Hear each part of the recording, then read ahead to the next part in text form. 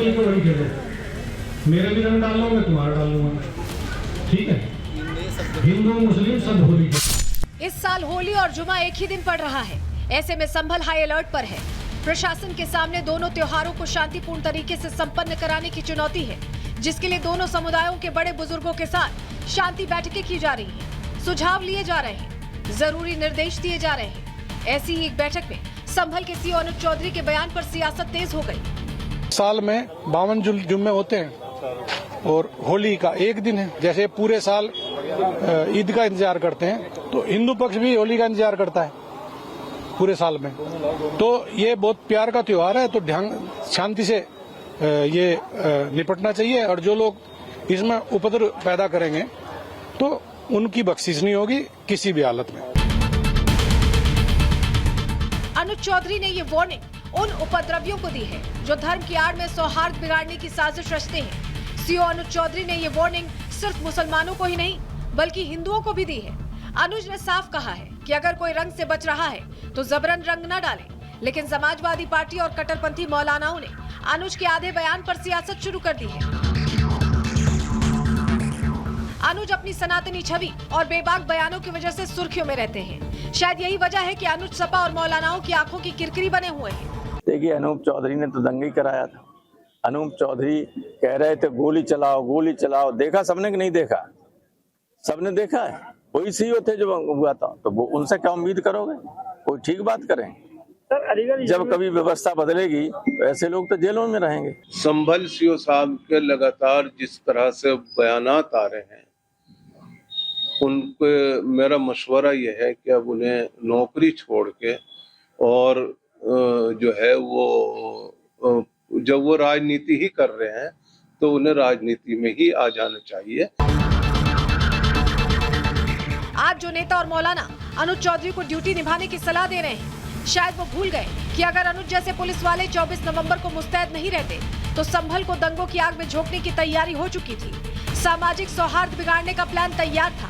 इतना ही नहीं, अफवाह फैलाकर हिंदू पक्ष के वकील की हत्या की साजिश रची जा चुकी थी। लेकिन अनुज चौधरी ने अपनी ड्यूटी निभाते हुए उपद्रवियों की साजिश को नाकाम कर दिया। ऐसे में अनुज पर दिए सपा के बयान पर बीजेपी हमलावर है। ये समाजवादी पार्टी की फितरत है, अधिकारियों को धमकाना, अधिकारियों पर राजनीतिक दबाव बनाना, जाति मजहब के आधार पर कार्रवाई करवाना, यह समाजवादी पार्टी का पुराना शगल्ला है। संभल सीओ अनुज चौधरी के इस बयान में आखिर गलत क्या है? लेकिन फिर भी समाजवादी पार्टी के महासचिव और अखिलेश यादव जी के चाचा राम गोपाल यादव ने सरकार आने पर उन्हें जेल भेजने की धमकी दी है। सीएम योगी और प्रशासन की प्राथमिकता है कि संभल में शांति कायम रहे, इसलिए प्रशासन हर मुमकिन कोशिश कर रहा है। पीस कमेटीज से चर्चा हो या सुरक्षा बलों की तैनाती, सोशल मीडिया की निगरानी हो या अफवाहों पर लगाम लगाना, हर मोर्चे पर यूपी पुलिस तैनात नजर आ रही है। जिस टावर का जिक्र संभल एसपी भी कर रहे थे, वो टावर आप ये देखेंगे, इसको पूरे तरीके से इंस्टॉल किया गया है और तमाम जो इक्विपमेंट्स हैं वो इस टावर पर लगा दिए जाएंगे ताकि निगरानी अच्छे से की जाए। देखिए, चौकी की दूसरी मंजिल पर है डिस्ट्रिक्ट कंट्रोल रूम, इसको बनाया जाएगा। यहाँ से आप देखेंगे तो पूरे इलाके पर आप निगरानी रख सकते हैं। जिस पीए सिस्टम का, पब्लिक अनाउंसमेंट सिस्टम का हम जिक्र कर रहे हैं, अगर यहाँ से अनाउंसमेंट की जाएगी तो आवाज़ हर जगह पता लगेगी, तो लोग भी अलर्ट होंगे। और इस चौकी की हाइट का उन्होंने जिक्र किया, आप देखेंगे जो एसपी संभल बता रहे थे कि ये चौकी हाइट पर बनी हुई है, तो पूरे संभल के लिए ये बहुत कारगर साबित होगी। त्योहारों को लेकर संभल हाई अलर्ट पर है। प्रशासन की नजर पूरे संभल पर है। 14 मार्च को यहाँ होली का रंग भी दिखेगा और जुमे की नमाज भी अदा की जाएगी। लेकिन इसमें किसी ने खलल डालने की कोशिश की तो बाबा की पुलिस उपद्रवियों की सर्जरी के लिए तैयार मिलेगी। Bureau report, Republic Bharat. और चलिए आगे बढ़ रहे हैं, अगली खबर का रुख कर रहे हैं। अब बात बिहार की हो रही है, क्योंकि बिहार में पहुंचे हुए हैं बाबा बागेश्वर। हनुमंत कथा का आयोजन उनकी तरफ से किया गया और हनुमंत कथा में देखिए लाखों लोगों की भीड़ पहुंच रही है और यही भीड़ विरोधी दलों की टेंशन बढ़ा रही है।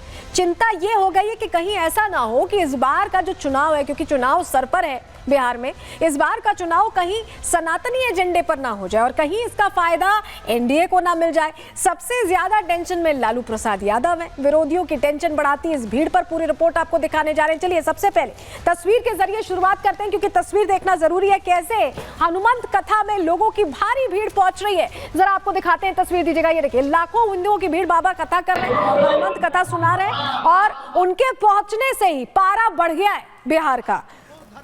जो ज्ञान की भूमि है, बिहार की वो धरती जो भक्ति की भूमि है।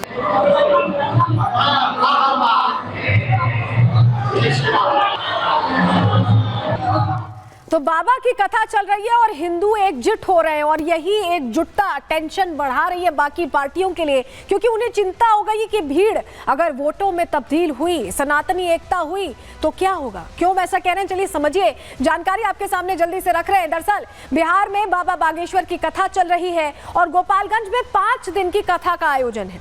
लाखों की तादाद में भक्त पहुंच रहे हैं, उमड़ रहे हैं। बाबा ने हिंदू एकता का नारा बिहार में भी दिया है। हिंदू सुरक्षा पर बाबा बागेश्वर खूब जमकर बोल रहे हैं, और बाबा बागेश्वर के बयान से सबसे ज्यादा परेशान आरजेडी है। आरजेडी ने बाबा के बयान को राजनीतिक बता दिया है, राजनीति से प्रेरित बता दिया है, क्योंकि उनकी चिंता सिर्फ इस बात से बढ़ गई है कि ये जो सनातनी भीड़ पहुंच रही है, अगर ये कहीं एक हो गई तो जात पात की राजनीति करने वालों का क्या होगा। और यही वजह है कि पारा यहाँ हाई होता दिखाई दे रहा है। और किस तरह से बाबा बागेश्वर जनता के बीच हिंदुत्व की हुंकार कर रहे हैं, सुनिए जरा। एक बात हम निवेदन, कथा तो करेंगे पर हम पहले ही एक बात निवेदन कर दें, जो हमारी कथा जो लाइव सुने, भैया हम किसी पार्टी के प्रचारक नहीं हैं, हम हिंदुत्व के विचारक हैं। और दूसरी बात, राम के राष्ट्र में राम की कथा तुम रोक लोगे?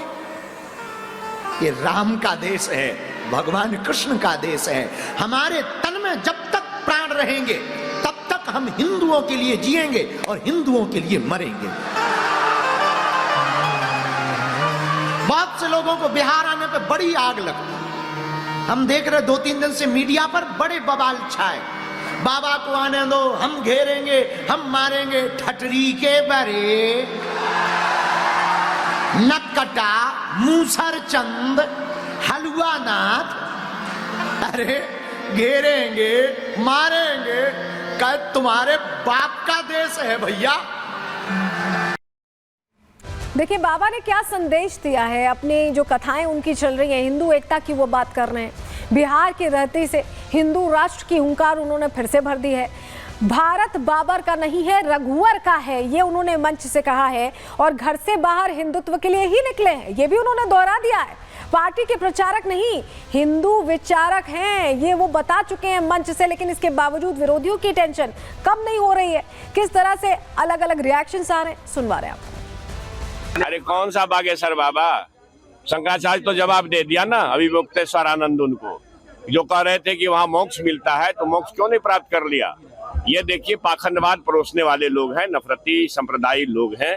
इनको भगवान जी ने अयोध्या में हरा करके जबरदस्त संदेश दिया है देशवासियों को, दुनियावासियों को, कि ये धर्म के नाम पर धंधा करने वाले लोग हैं। ये भगवान को बेचने वाले लोग हैं, इससे परहेज करो। बाबा का कथन 100% सही है। यह देश रघुवर का है, बाबर का नहीं है। हम सभी जानते हैं कि धर्म के नाम पर 1947 में भारत का 2 टुकड़ा हुआ। अब जो शेष टुकड़ा है वह हिंदुओं का है, और हिंदू राष्ट्र की आवाज बिहार से बाबा उठाए हैं, हम लोग उसका समर्थन करते हैं।